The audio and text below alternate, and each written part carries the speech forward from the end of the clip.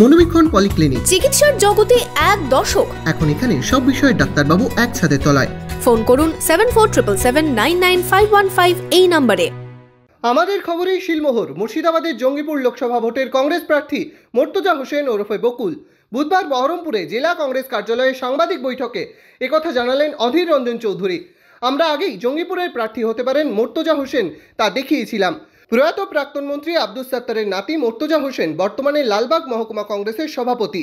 বছর 51 মর্তুজা হোসেন প্রথমে 1998 সাল থেকে 2003 সাল পর্যন্ত কংগ্রেসের প্রধান হন।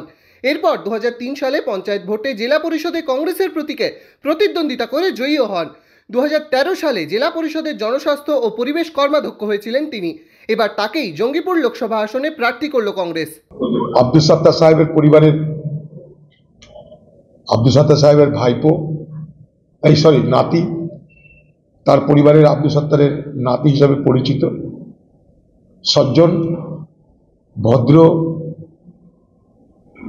আমাদের এই জেলা পরিষদের প্রাক্তন কর্মাধ্যক্ষ, দীর্ঘদিনের রাজনৈতিক কর্মী। আমরা তাই মনে করি সে বকুল একটা যোগ্য প্রার্থী কংগ্রেসের। মানুষ তাকে আশীর্বাদ করবে বলে বিশ্বাস করি। ভোটের দিন ঘোষণা হয়ে গিয়েছে। ইতিমধ্যেও প্রার্থী ঘোষণা করেছে বিভিন্ন রাজনৈতিক দল।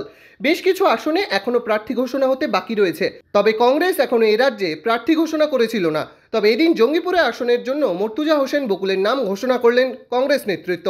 অবশ্যই ভালো লাগছে, আর ভালো লাগাটাও স্বাভাবিক। তার কারণ আমরা 30টা পঞ্চায়েত নির্বাচনে লড়াই করেছি। একজন সাধারণ নেতৃত্ব হিসাবে অধীর চৌধুরী যে প্রার্থী করেছে তাকে কৃতজ্ঞতা জানাবো, ধন্যবাদ জানাবো, এবং আগামী দিনে ওর আশীর্বাদ নিয়ে আমি জঙ্গিপুর লোকসভায় লড়াই প্রস্তুতি শুরু করে দিচ্ছি।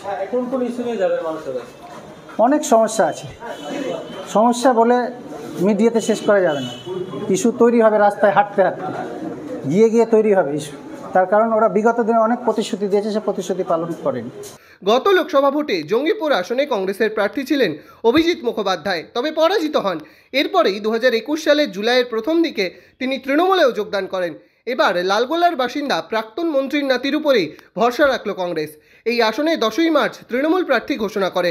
তৃণমূল প্রার্থী হয়েছেন খলিলুর রহমান।